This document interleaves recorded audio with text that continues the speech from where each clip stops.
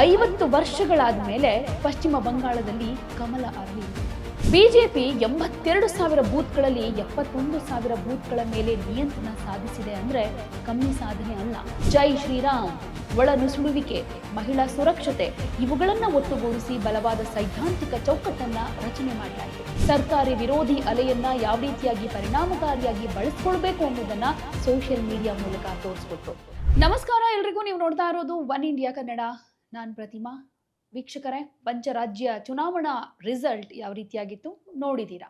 ಅದರಲ್ಲೂ ಪಶ್ಚಿಮ ಬಂಗಾಳದ ರಿಸಲ್ಟ್ ಏನಿದೆ ಈ ಸಲ ನಿಜಕ್ಕೂ ಒಂದು ರೀತಿ ಕುತೂಹಲಕ್ಕೆ ಕಾರಣ ಆಗಿತ್ತು. ಜೊತೆಗೆ ಏನ್ ಎಕ್ಸ್ಪೆಕ್ಟೇಷನ್ ಇತ್ತೋ ಅದು ರೀಚ್ ಆಗಿದೆ ಅನ್ನೋದು ಬಿಜೆಪಿಯ ವಾದ. ಬಟ್ ಈ ರೀತಿ ಎಕ್ಸ್ಪೆಕ್ಟೇಷನ್ ರೀಚ್ ಆಗಿದೆ ಅನ್ನೋದಕ್ಕೆ ಅವರು ಹಾಕಿದ ಪರಿಶ್ರಮ ಎಷ್ಟು ಅನ್ನೋದನ್ನು ಕೂಡ ಇಲ್ಲಿ ನಾವು ಗಮನಿಸಲೇಬೇಕಾಗತ್ತೆ. 50 ವರ್ಷಗಳಾದ ಮೇಲೆ ಪಶ್ಚಿಮ ಬಂಗಾಳದಲ್ಲಿ ಕಮಲ ಅರಳಿರುವುದು. ವಿಧಾನಸಭೆ ಚುನಾವಣೆಯಲ್ಲಿ 200ಕ್ಕೂ ಹೆಚ್ಚು ಸ್ಥಾನಗಳನ್ನು ಗೆಲ್ಲುವ ಮೂಲಕ ಮಮತಾ ಬ್ಯಾನರ್ಜಿಯಂತಹ ದೈತ್ಯ ಶಕ್ತಿಯನ್ನ ಮಣಿಸಿ ಬಿಜೆಪಿ ಅಧಿಕಾರಕ್ಕೆ ಏರ್ತಾ ಇದೆ.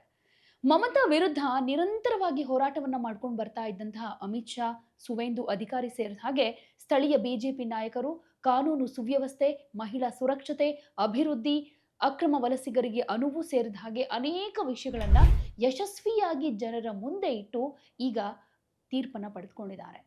ಪಶ್ಚಿಮ ಬಂಗಾಳ ವಿಧಾನಸಭಾ ಎಲೆಕ್ಷನ್ನಲ್ಲಿ ಭಾರತೀಯ ಜನತಾ ಪಕ್ಷ ಸ್ಪಷ್ಟ ಬಹುಮತ ಪಡೆದುಕೊಂಡು ಈಗ ಸರ್ಕಾರ ರಚನೆ ಮಾಡುವುದಕ್ಕೂ ರೆಡಿ ಆಗ್ತಾ ಇದೆ. ಇದು ರಾಜ್ಯದಲ್ಲಿ ಬಿಜೆಪಿಯ ಮೊದಲ ಸರ್ಕಾರ. ಪಶ್ಚಿಮ ಬಂಗಾಳದ ಇತಿಹಾಸದಲ್ಲಿ ಬಂಗಾಳದಲ್ಲಿ ಬಿಜೆಪಿ ಸರ್ಕಾರ ರಚನೆಯಾಗ್ತಾ ಇರೋದು ಇದೇ ಫಸ್ಟ್ ಟೈಮ್. ಇದು ಬಂಗಾಳದಲ್ಲಿ 15 ವರ್ಷಗಳ ಮಮತಾ ಬ್ಯಾನರ್ಜಿ ಸರ್ಕಾರದ ಅಂತ್ಯವನ್ನ ಸೂಚಿಸ್ತಾ ಇದೆ. ಇನ್ನು ಈ ಸಲ ಪಶ್ಚಿಮ ಬಂಗಾಳದ ಚುನಾವಣೆಯಲ್ಲಿ ಬಿಜೆಪಿಯನ್ನ ಗೆಲ್ಲಿಸಲೇಬೇಕು ಅಂತ ಪ್ರಧಾನಿ ಮೋದಿ ಹಾಗೇನೆ ಅಮಿತ್ ಶಾ ಖುದ್ದಾಗಿ ಅಖಾಡಕ್ಕಿಳಿದಿದ್ರು. ಕಳೆದ 2 ತಿಂಗಳಲ್ಲಿ ಅನೇಕ ಸಲ ನರೇಂದ್ರ ಮೋದಿ ಅವರು ಬಂಗಾಳಕ್ಕೆ ಭೇಟಿ ಕೊಟ್ಟು ಚುನಾವಣಾ ಪ್ರಚಾರವನ್ನ ನಡೆಸಿ ಜನರನ್ನ ಸೆಳೆಯೋ ಪ್ರಯತ್ನ ಮಾಡಿದ್ರು. ಅಮಿತ್ ಶಾ ಬಂಗಾಳದಲ್ಲೇ ಬೀಡು ಬಿಟ್ಟು ರಾಜ್ಯದ ಬಿಜೆಪಿ ನಾಯಕರಿಗೆ ಸಲಹೆ ಸೂಚನೆಗಳನ್ನ ಕೊಡ್ತಾ ಬಂಗಾಳದಲ್ಲಿ ಬಿಜೆಪಿ ಪರ ಅಲೆ ಮೂಡೋದಕ್ಕೆ ತುಂಬಾನೇ ಶ್ರಮ ಪಟ್ಟಿದ್ದಾರೆ. ಹೀಗಾಗಿ ಈ ಗೆಲುವು ಸಿಗೋದಕ್ಕೆ ಪಶ್ಚಿಮ ಬಂಗಾಳ ರಾಜ್ಯದ ಬಿಜೆಪಿ ನಾಯಕರಿಗಿಂತ ಹೆಚ್ಚಾಗಿ ಹೈಕಮಾಂಡ್ ನಾಯಕರ ಪರಿಶ್ರಮವೇ ಕಾರಣ ಅಂತ ಹೇಳಬಹುದು. ಹೀಗಾಗಿ ಬಂಗಾಳದಲ್ಲೂ ಕೂಡ ಬಿಜೆಪಿ ಪ್ರಧಾನಿ ಮೋದಿಯ ಹೆಸರು ಹಾಗೆ ಖ್ಯಾತಿಯನ್ನ ಬಳಸಿಕೊಂಡು ಚುನಾವಣೆಯನ್ನ ಗೆದ್ದಿದೆ ಅಂತ ಹೇಳ್ಬೋದು. ಚುನಾವಣಾ ಪ್ರಚಾರದ ಟೈಮ್ನಲ್ಲಿ ಪ್ರಧಾನಿ ಮೋದಿ ಅವರು ಅನೇಕ ಸಾರ್ವಜನಿಕ ರ್ಯಾಲಿಗಳನ್ನ ನಡೆಸಿ ರಾಜ್ಯದಲ್ಲಿ ಬದಲಾವಣೆ ಆಗಬೇಕು ಅಂತ ಕರೆ ಕೊಟ್ಟರು. ಬಂಗಾಳದಲ್ಲಿ ಕೇಂದ್ರ ಸರ್ಕಾರದ ಯೋಜನೆಗಳನ್ನ ಜಾರಿಗೆ ತರೋ ಭರವಸೆ ಕೊಟ್ಟರು. ಹಾಗೆ ಕೇಂದ್ರ ಗೃಹ ಸಚಿವ ಅಮಿತ್ ಶಾ ಸುಮಾರು 15 ದಿನಗಳ ಕಾಲ ಬಂಗಾಳದಲ್ಲೇ ಇದ್ಕೊಂಡು ರಾಜ್ಯದ ವಿವಿಧ ಪ್ರದೇಶಗಳಲ್ಲಿ ಸಭೆಗಳನ್ನ ಮಾಡಿ ಪ್ರತಿ ವಿಧಾನಸಭಾ ಸ್ಥಾನಕ್ಕೆ ಪ್ರತ್ಯೇಕ ಕಾರ್ಯತಂತ್ರವನ್ನ ರೂಪಿಸಿದ್ರು. ಈ ಕಾರ್ಯತಂತ್ರ ಈಗ ಚುನಾವಣಾ ಫಲಿತಾಂಶಗಳಲ್ಲಿ ಕಾಣಿಸ್ಕೊಂಡಿತು. ಬಿಜೆಪಿ 82,000 ಬೂತ್ಗಳಲ್ಲಿ 71,000 ಬೂತ್ಗಳ ಮೇಲೆ ನಿಯಂತ್ರಣ ಸಾಧಿಸಿದೆ ಅಂದ್ರೆ ಕಮ್ಮಿ ಸಾಧನೆ ಅಲ್ಲ. ಮುಸ್ಲಿಂ ಪ್ರಾಬಲ್ಯದ ಪ್ರದೇಶಗಳನ್ನು ಹೊರತುಪಡಿಸಿದ್ರೆ ಪ್ರತಿಯೊಂದು ಬೂತ್ನಲ್ಲಿ ಸಂಘಟನೆಯನ್ನ ಸ್ಟ್ರಾಂಗ್ ಮಾಡಿದೆ. ಹಿಂಸಾಚಾರಕ್ಕೆ ಬಲಿಯಾದ ಕಾರ್ಯಕರ್ತರನ್ನ ಪುನಃ ಸಕ್ರಿಯಗೊಳಿಸುವ ಮೂಲಕ ಬಿಜೆಪಿ ತುಳಿತಕ್ಕೆ ಒಳಗಾದವರನ್ನ ತನ್ನ ಚುನಾವಣಾ ಅಸ್ತ್ರವನ್ನಾಗಿ ಬಳಸಿಕೊಳ್ತು. ಅಮಿತ್ ಶಾ ಅವರ ಮೇಲ್ವಿಚಾರಣೆಯಲ್ಲಿ ಕೇಂದ್ರ ನಾಯಕರಿಗೆ ಸ್ಥಾನವಾರು ಜವಾಬ್ದಾರಿಗಳನ್ನ ಕೊಡಲಾಯಿತು. ರಾಷ್ಟ್ರೀಯ ಸ್ವಯಂ ಸೇವಕ ಸಂಘದ ಡ್ರಾಯಿಂಗ್ ರೂಮ್ ಸಭೆಗಳು ಕೂಡ ಮನೆ ಮನೆಗೆ ಹೋಗಿ ಬಿಜೆಪಿ ತಲುಪೋದಕ್ಕೂ ಕಾರಣ ಆಯಿತು. ಇದಕ್ಕೆ RSS ಕಾರ್ಯಕರ್ತರು ಕೈಜೋಡಿಸಿದ್ರಿಂದ ಬಿಜೆಪಿಗೆ ಒಂದಷ್ಟು ಹೆಲ್ಪ್ಫುಲ್ ಆಯಿತು. ಇನ್ನು ಬಿಜೆಪಿಯ ಚುನಾವಣಾ ಪ್ರಚಾರದಲ್ಲಿ ಟಾಲಿವುಡ್ ತಾರೆಯರು ಹಾಗೆ ಕಳಂಕಿತ ರಾಜಕಾರಣಿಗಳನ್ನ ದೂರ ಇಡಲಾಯಿತು. ಪೂರ್ವಾಂಚಲಿ, ಮಾರ್ವಾರಿ ಸಮುದಾಯ ಹಾಗೆ ಸ್ಥಳೀಯ ಫುಟ್ಬಾಲ್ ಕ್ಲಬ್ಗಳನ್ನ ತಲುಪುವ ಮೂಲಕ ಹೊಸ ಮತ ಬ್ಯಾಂಕ್ ಅನ್ನ ರಚನೆ ಮಾಡಿದ್ರು. ಜೈ ಶ್ರೀರಾಮ್, ಒಳನುಸುಳುವಿಕೆ, ಮಹಿಳಾ ಸುರಕ್ಷತೆ ಇವುಗಳನ್ನ ಒಟ್ಟುಗೂಡಿಸಿ ಬಲವಾದ ಸೈದ್ಧಾಂತಿಕ ಚೌಕಟ್ಟನ್ನ ರಚನೆ ಮಾಡಲಾಯಿತು. ಇದು ಬಿಜೆಪಿಯತ್ತ ಜನರು ಒಲವು ತೋರೋದಕ್ಕೂ ಕಾರಣ ಆಯಿತು. ಇನ್ನು ಮಮತಾ ಬ್ಯಾನರ್ಜಿ ಅವರ ಪ್ರಣಾಳಿಕೆ ವರ್ಸಸ್ ಪ್ರಧಾನಿ ಮೋದಿ ಅವರ ಭರವಸೆ ಅಂತ ಬಂದಾಗ 3,000 ರೂಪಾಯಿ ವರ್ಸಸ್ 1,500 ರೂಪಾಯಿ ಆಫರ್. ಟಿಎಂಸಿ 1,500 ರೂಪಾಯಿ ನಿರುದ್ಯೋಗ ಭತ್ಯೆಯನ್ನ ಕೊಟ್ರೆ ಬಿಜೆಪಿ ಅದನ್ನ 3,000 ರೂಪಾಯಿಗೆ ಡಬಲ್ ಮಾಡೋದಾಗಿ ಭರವಸೆ ಕೊಡ್ತು. ಮಹಿಳೆಯರಿಗೆ ಮಮತಾ ಬ್ಯಾನರ್ಜಿ ಅವರು ಲಕ್ಷ್ಮೀ ಭಂಡಾರ್ನಲ್ಲಿ 1,500 ರೂಪಾಯಿಗೆ ಕಂಪೇರ್ ಮಾಡಿದ್ರೆ ಬಿಜೆಪಿ ಪ್ರತಿ ಮಹಿಳೆಗೆ 3,000 ರೂಪಾಯಿ ಕೊಡೋದಾಗಿ ಹೇಳ್ತು. ಇದು ಮಹಿಳೆಯರನ್ನ ತನ್ನತ್ತ ಸೆಳೆಯೋದಕ್ಕೆ ಬಿಜೆಪಿಗೆ ಹೆಲ್ಪ್ಫುಲ್ ಆಯಿತು. ಇನ್ನು ಸರ್ಕಾರಿ ನೌಕರರಿಗೆ 7ನೇ ವೇತನ ಆಯೋಗ ಅಂತ ಬಂದಾಗ ಟಿಎಂಸಿ ವಿರುದ್ಧ ಡಿಎ ಹಾಗೆ ವೇತನ ವ್ಯತ್ಯಾಸದ ಆರೋಪ ಮಾಡಿತು. ಅಧಿಕಾರಕ್ಕೆ ಬಂದ 45 ದಿನಗಳಲ್ಲಿ 7ನೇ ವೇತನ ಆಯೋಗವನ್ನ ಜಾರಿಗೆ ತರೋದಾಗಿ ಬಿಜೆಪಿ ಭರವಸೆ ಕೊಟ್ಟಿದೆ. ಸರ್ಕಾರಿ ಉದ್ಯೋಗಗಳಲ್ಲಿ 33% ಮಹಿಳಾ ಮೀಸಲಾತಿಯ ಭರವಸೆ ಕೊಟ್ಟಿದೆ. ಹಣಕಾಸಿನ ನೆರವು ಮಾತ್ರ ಅಲ್ಲ, ಉದ್ಯೋಗದಲ್ಲೂ ಕೂಡ ಮಹಿಳೆಯರಿಗೆ ಹೆಚ್ಚಿನ ಆದ್ಯತೆ ಭರವಸೆಯನ್ನ ಬಿಜೆಪಿ ಕೊಟ್ಟಿದೆ. ಇನ್ನು ಏಕರೂಪ ನಾಗರಿಕ ಸಂಹಿತೆಯ ಭರವಸೆಯನ್ನು ಕೂಡ ಕೊಟ್ಟಿದೆ. ಅಂದ್ರೆ UCC ಇದನ್ನ ಬಿಜೆಪಿ ಎಲ್ರಿಗೂ ಒಂದೇ ಕಾನೂನು ಒಂದು ಅಂತ ಪ್ರಸ್ತುತಪಡಿಸಿದೆ. ಇದು ಟಿಎಂಸಿ ನಿರೂಪಣೆಗಿಂತ ಒಂದಷ್ಟು ಡಿಫ್ರೆಂಟ್ ಅನ್ನಿಸ್ಕೊಳ್ಳುತ್ತೆ. ಇನ್ನು ಪಶ್ಚಿಮ ಬಂಗಾಳದಲ್ಲಿ ಒಳನುಸುಳೋರನ್ನ ಹೊರಹಾಕಲಾಗುತ್ತೆ ಅಂತ ಬಿಜೆಪಿ ಸ್ಪಷ್ಟವಾಗಿ ಹೇಳಿಕೆಯಲ್ಲಿ ತಿಳಿಸಿದೆ. ಕೈಗಾರಿಕೆ ಹಾಗೆ ಸಿಂಗೂರ್ ಪುನರುಜ್ಜೀವನ ವಿಚಾರದಲ್ಲಿ ಸಿಂಗೂರನ್ನ ಮತ್ತೆ ಕೈಗಾರಿಕಾ ಕೇಂದ್ರವನ್ನಾಗಿ ಮಾಡೋ ಭರವಸೆಯನ್ನ ಬಿಜೆಪಿ ಕೊಟ್ಟಿದೆ. ಇದು ಉದ್ಯೋಗ ಮತ್ತು ಹೂಡಿಕೆಗೆ ಅನುಕೂಲ ಮಾಡಿಕೊಡುತ್ತೆ. ಕೇಂದ್ರ ಯೋಜನೆಗಳ ಸಂಪೂರ್ಣ ಲಾಭ ಅಂತಾನು ಹೇಳಿದೆ. ಬಂಗಾಳದಲ್ಲಿ ಆಯುಷ್ಮಾನ್ ಭಾರತ್ನಂತಹ ಯೋಜನೆಗಳನ್ನ ಸಂಪೂರ್ಣವಾಗಿ ಜಾರಿಗೆ ತರೋ ಭರವಸೆಯನ್ನ ಕೊಡಲಾಗಿದೆ. ಈ ಸಲ ಪಶ್ಚಿಮ ಬಂಗಾಳ ಸ್ವಾತಂತ್ರ್ಯ ನಂತರ ಅತಿ ಹೆಚ್ಚು ಮತದಾನವನ್ನ ದಾಖಲು ಮಾಡಿರುವುದನ್ನು ಗಮನಿಸಬೇಕು. ವಿಧಾನಸಭಾ ಚುನಾವಣೆಯ 2ನೇ ಹಂತದಲ್ಲಿ 91.66% ಮತದಾನ ಆಗಿದೆ. ಮೊದಲ ಹಂತದ ಚುನಾವಣೆಯಲ್ಲಿ 93.19% ಜನ ಮತದಾನದಲ್ಲಿ ಭಾಗಿಯಾಗಿದ್ದು, ಒಟ್ಟಾರೆ ಮತದಾನದ ಪ್ರಮಾಣ 92.47ಕ್ಕೆ ರೀಚ್ ಆಗಿದೆ. ಇನ್ನು 2021ರ ಪಶ್ಚಿಮ ಬಂಗಾಳ ವಿಧಾನಸಭಾ ಚುನಾವಣೆಯಲ್ಲಿ ಮಮತಾ ಬ್ಯಾನರ್ಜಿ ನೇತೃತ್ವದ ತೃಣಮೂಲ ಕಾಂಗ್ರೆಸ್ ಪಕ್ಷ 294 ಸ್ಥಾನಗಳಲ್ಲಿ 213 ಸ್ಥಾನಗಳನ್ನು ಗೆದ್ದು ಸುಮಾರು 48ರಷ್ಟು ಮತಗಳನ್ನು ಗಳಿಸಿ ನಿರ್ಣಾಯಕ ಬಹುಮತ ಗಳಿಸಿತು. ಆದರೆ ಬಿಜೆಪಿ 77 ಸ್ಥಾನಗಳನ್ನು ಅಂದರೆ ಸರಿಸುಮಾರು 38% ಮತಗಳನ್ನು ಗಳಿಸಿ ಪ್ರಮುಖ ವಿರೋಧ ಪಕ್ಷವಾಗಿ ಹೊರಹೊಮ್ಮಿತು. ಈ ಸಲ ಬಿಜೆಪಿ ನಿರೀಕ್ಷೆಗೂ ಮೀರಿ ಗೆಲುವು ಸಾಧಿಸಿದೆ.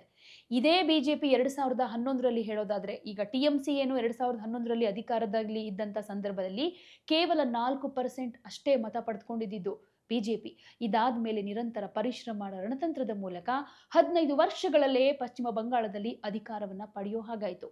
2014ರ ಲೋಕಸಭಾ ಎಲೆಕ್ಷನ್ನಲ್ಲಿ 19% ಮತಗಳಿಕೆಯೊಂದಿಗೆ 2 ಸ್ಥಾನಗಳನ್ನು ಗೆದ್ದುಕೊಳ್ತು. 2016ರ ವಿಧಾನಸಭಾ ಚುನಾವಣೆಯಲ್ಲಿ 3 ಕ್ಷೇತ್ರಗಳಲ್ಲಿ ಬಿಜೆಪಿ ಜಯಗಳಿಸಿತು. 2019ರ ಲೋಕಸಭಾ ಎಲೆಕ್ಷನ್ನಲ್ಲಿ ಬಿಜೆಪಿಯ ಮತಗಳಿಕೆ ಪ್ರಮಾಣ 40%ಕ್ಕೆ ಏರಿಕೆಯಾಗಿದ್ದು 18 ಸ್ಥಾನಗಳನ್ನು ಗೆದ್ದಿತ್ತು. 2021ರ ವಿಧಾನಸಭಾ ಎಲೆಕ್ಷನ್ನಲ್ಲಿ 38% ಮತ ಪಡೆದುಕೊಂಡ ಬಿಜೆಪಿ 77 ಸ್ಥಾನಗಳನ್ನು ಗೆದ್ದು ತನ್ನ ಸ್ಥಾನವನ್ನು ದೊಡ್ಡ ಮಟ್ಟಕ್ಕೆ ಭದ್ರಪಡಿಸಿಕೊಳ್ತು. 2024ರ ಲೋಕಸಭಾ ಚುನಾವಣೆಯಲ್ಲೂ 38% ಮತದೊಂದಿಗೆ 12 ಸ್ಥಾನ ಗೆದ್ದುಕೊಳ್ತು. 2026ರ ಚುನಾವಣೆಯಲ್ಲಿ 45% ಮತ ಪಡೆದ ಬಿಜೆಪಿ 202 ಸ್ಥಾನಗಳಲ್ಲಿ ಗೆದ್ದು ಅಧಿಕಾರ ಹಿಡಿಯೋ ಹಾಗಾಯಿತು. ಇನ್ನು ಬಂಗಾಳದ ಬಿಜೆಪಿ ಗೆಲುವಿಗೆ ಆರ್ಎಸ್ಎಸ್ನ ಶ್ರಮ ಕೂಡ ಏನು ಅನ್ನೋದನ್ನ ಗಮನಿಸಬೇಕು. ಪಶ್ಚಿಮ ಬಂಗಾಳ ಚುನಾವಣೆಯ ಹಿನ್ನೆಲೆಯಲ್ಲೇ ರಾಜ್ಯಾದ್ಯಂತ ಬೃಹತ್ ಮಟ್ಟದ ಮತದಾರರ ಜಾಗೃತಿ ಅಭಿಯಾನಗಳನ್ನ ಆರ್ಎಸ್ಎಸ್ ಮಾಡಿತ್ತು. ಸಂಘದ ಸ್ವಯಂ ಸೇವಕರು ರಾಜ್ಯದ ಮೂಲೆ ಮೂಲೆಗಳಲ್ಲಿ ಲಕ್ಷಾಂತರ ಸಣ್ಣ ಸಣ್ಣ ಗುಂಪುಗಳನ್ನು ನಡೆಸಿ ಈ ಸಲ ಯಾವುದೇ ಭಯ ಇಲ್ಲದೆ ಮತ ಚಲಾಯಿಸಬೇಕು ಅಂತ ಜನರನ್ನ ಪ್ರೇರೇಪಿಸಿದ್ರು, ಧೈರ್ಯ ತುಂಬಿದ್ರು. ತಳಮಟ್ಟದ ಆಗು ಹೋಗುಗಳ ಬಗ್ಗೆ ಈ ಮೂಲಕ ತಿಳಿದುಕೊಳ್ತಾ ಇದ್ದ ಸ್ವಯಂ ಸೇವಕರು ಜನರ ನಾಡಿಮಿಡಿತ ಹಾಗೆ ಪ್ರತಿಸ್ಪರ್ಧಿಗಳ ಮುಂದಿನ ನಡೆಯ ಬಗ್ಗೆ ಕೂಡ ಬಿಜೆಪಿಗೆ ಮೌಲ್ಯಯುತ ಸಲಹೆಯನ್ನ ಕೊಡ್ತಾ ಇದ್ರು. ಇದರಿಂದ ಪಕ್ಷಕ್ಕೆ ಕಾರ್ಯತಂತ್ರವನ್ನ ರೂಪಿಸೋದಕ್ಕೆ ಸಾಧ್ಯ ಆಯ್ತು ಅಂತ ಹೇಳಲಾಗ್ತಾ ಇದೆ. ಜೊತೆಗೆ ಈ ಅಮಿತ್ ಶಾ ಹಾಗೇನೆ ನರೇಂದ್ರ ಮೋದಿ ಅವರ ಹೆಸರು ಮಾತ್ರ ಇಲ್ಲಿ ಬರೋದಿಲ್ಲ. 5 ಕೇಂದ್ರ ಸಚಿವರು ಕೂಡ ನಿರ್ವಹಿಸಿದ ಜವಾಬ್ದಾರಿ ಕೂಡ ಇಲ್ಲಿ ಬಿಜೆಪಿ ಬಂಗಾಳದಲ್ಲಿ ಗೆಲ್ಲೋದಕ್ಕೆ ಸಾಧ್ಯ ಆಯಿತು ಅಂತ ಹೇಳಬಹುದಾಗುತ್ತೆ. ಇಲ್ಲಿ ಧರ್ಮೇಂದ್ರ ಪ್ರಧಾನ್ ಕೇಂದ್ರ ಸಚಿವ ಸಂಪೂರ್ಣ ಚುನಾವಣಾ ಪ್ರಚಾರಕ್ಕೆ ಮುಖ್ಯ ತಂತ್ರಗಾರಿಕೆಯ ಕೆಲಸವನ್ನ ಇವರು ಮಾಡಿದ್ದಾರೆ. ಹಾಗೆಯೇ ಪರಿಣಾಮಕಾರಿಯಾದಂಥ ನಿರ್ವಹಣೆ, ಕೇಂದ್ರ ನಾಯಕರ ಭೇಟಿಗಳನ್ನ ಖಚಿತಪಡಿಸಿಕೊಳ್ಳೋದು ಅವರ ಪ್ರಮುಖ ಕೆಲಸವಾಗಿತ್ತು. ಇನ್ನು ಭೂಪೇಂದ್ರ ಯಾದವ್ ಸಂಘಟನಾ ಕೌಶಲ್ಯಗಳಲ್ಲಿ ಇವರು ಕೂಡ ನಿಪುಣರು ಅನ್ನಿಸ್ಕೊಂಡಿದ್ರು. ಈ ಕೇಂದ್ರ ಸಚಿವರು ಕೂಡ ಬಂಗಾಳ ಚುನಾವಣೆಯಲ್ಲಿ ಬಿಜೆಪಿಯ ಗೆಲುವಿಗೆ ದೊಡ್ಡ ಪಾತ್ರವನ್ನ ವಹಿಸಿದ್ದಾರೆ ಅಂತಾನೆ ಹೇಳಬಹುದು. ಇದರ ಜೊತೆಗೆ ಸುನೀಲ್ ಬನ್ಸಾಲ್ ಬಿಜೆಪಿಯ ರಾಷ್ಟ್ರೀಯ ಪ್ರಧಾನ ಕಾರ್ಯದರ್ಶಿ. ಈ ಹಿಂದೆ ಉತ್ತರ ಪ್ರದೇಶದಲ್ಲಿ ಬಿಜೆಪಿಗೆ ಅಭೂತಪೂರ್ವ ಗೆಲುವು ತಂದುಕೊಡುವಲ್ಲಿ ಪ್ರಮುಖ ಪಾತ್ರ ನಿರ್ವಹಿಸಿದ್ರು. ಈಗ ಬಂಗಾಳದಲ್ಲೂ ಕೂಡ ಇವರ ಕಾಂಟ್ರಿಬ್ಯೂಷನ್ ಏನು ಅನ್ನೋದು ಗೊತ್ತಾಗ್ತಾ ಇದೆ. ಇನ್ನು ಬಿಪ್ಲವ್ ದೇವ್ ಅಂತ ತ್ರಿಪುರಾದ ಮಾಜಿ ಮುಖ್ಯಮಂತ್ರಿ. ತಮ್ಮ ರಾಜ್ಯದಲ್ಲಿ ಎಡಪಂಥೀಯರ ವಿರುದ್ಧ ಹೋರಾಡಿ ಗೆದ್ದು ಬೀಗಿದ ಅನುಭವ ಇವರಿಗಿತ್ತು. ಸೊ ತ್ರಿಪುರಾದ ಸಂಸ್ಕೃತಿ, ಭಾಷೆ ಹೋಲುವ ಬಂಗಾಳದ ಪ್ರದೇಶಗಳಲ್ಲಿ ಅವರು ನಿರ್ದಿಷ್ಟವಾಗಿ ಕೆಲಸ ಮಾಡಿದ್ರು. ಸ್ಥಳೀಯ ಕಾರ್ಯಕರ್ತರನ್ನ ಹುರಿದುಂಬಿಸುವಲ್ಲಿ, ಆಕ್ರಮಣಕಾರಿ ಪ್ರಚಾರ ಶೈಲಿಯನ್ನ ಬೆಳೆಸುವಲ್ಲಿ ಇವರು ಕೂಡ ನಿರ್ಣಾಯಕ ಪಾತ್ರವನ್ನು ವಹಿಸಿದ್ರು. ಜೊತೆಗೆ ಅಮಿತ್ ಮಾಳವಿಯ ಬಿಜೆಪಿ ಐಟಿ ಸೆಲ್ನ ಮುಖ್ಯಸ್ಥ. ಇವರು ಡಿಜಿಟಲ್ ರಂಗದಲ್ಲಿ ಒಂದು ರೀತಿ ಯುದ್ಧವನ್ನೇ ಸಾರ್ಬಿಟ್ಟಿದ್ರು ಅಂತ ಹೇಳಬಹುದು. ಸಂದೇಶ ಖಾಲಿಯಿಂದ ಆರ್ಜಿಕರ್ ವೈದ್ಯಕೀಯ ಕಾಲೇಜು ಪ್ರಕರಣದ ತನಕ ಪ್ರಮುಖ ಘಟನೆಗಳನ್ನು ಜನರಿಗೆ ಆಳವಾಗಿ ಹೇಳಿ ಕಾಳಜಿ, ಒಂದಷ್ಟು ಸೂಕ್ಷ್ಮತೆಯಿಂದ ಅದನ್ನ ತಿಳಿಸೋ ಕೆಲಸವನ್ನ ಸಾಮಾಜಿಕ ಮಾಧ್ಯಮವನ್ನ ಯೂಸ್ ಮಾಡಿಕೊಂಡು ಮಾಡಿದ್ದಾರೆ ಅಂದ್ರೆ ಇವರ ಪಾತ್ರ ಕೂಡ ಇಲ್ಲಿ ತುಂಬಾ ನಿರ್ಣಾಯಕ ಅಂತ ಅನ್ನಿಸ್ಕೊಳ್ಳುತ್ತೆ. ಸರ್ಕಾರಿ ವಿರೋಧಿ ಅಲೆಯನ್ನ ಯಾವ ರೀತಿಯಾಗಿ ಪರಿಣಾಮಕಾರಿಯಾಗಿ ಬಳಸ್ಕೊಳ್ಬೇಕು ಅನ್ನೋದನ್ನ ಸೋಷಿಯಲ್ ಮೀಡಿಯಾ ಮೂಲಕ ತೋರಿಸ್ಕೊಟ್ರು. ಒಟ್ಟಾರೆ ಈ ನಾಯಕರ ಸಾಮೂಹಿಕ ಪ್ರಯತ್ನಗಳು ಕೂಡ ಬಿಜೆಪಿಗೆ ಬಂಗಾಳದ ಬಲಿಷ್ಠ ಭದ್ರಕೋಟೆಯಲ್ಲಿ ಈ ಮಟ್ಟದ ಯಶಸ್ಸನ್ನ ಸಾಧಿಸೋದಕ್ಕೆ ಅನುವು ಮಾಡಿಕೊಟ್ವು ಅಂತಾನು ಹೇಳಬಹುದು.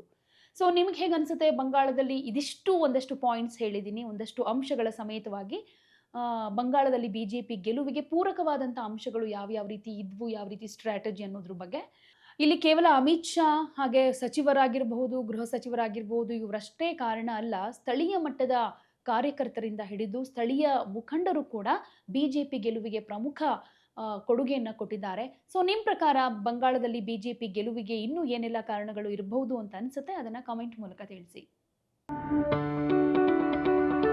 ಯಾವುದೇ ಸುದ್ದಿಯ ಅಪ್ಡೇಟ್ ಅನ್ನ ಮಿಸ್ ಮಾಡ್ಕೊಳ್ಬಾರ್ದು ಅಂದ್ರೆ ಈಗ್ಲೇ ಒನ್ ಇಂಡಿಯಾವನ್ನ ಸಬ್ಸ್ಕ್ರೈಬ್ ಮಾಡಿ. ನಿಮಗೆ ಬೇಕಾದ ಭಾಷೆಯಲ್ಲಿ ಎಲ್ಲಾ ಸುದ್ದಿ ತಿಳಿಬೇಕು ಅಂದ್ರೆ ಒನ್ ಇಂಡಿಯಾ ಆಪ್ ಅನ್ನ ಡೌನ್ಲೋಡ್ ಮಾಡ್ಕೊಳ್ಳಿ.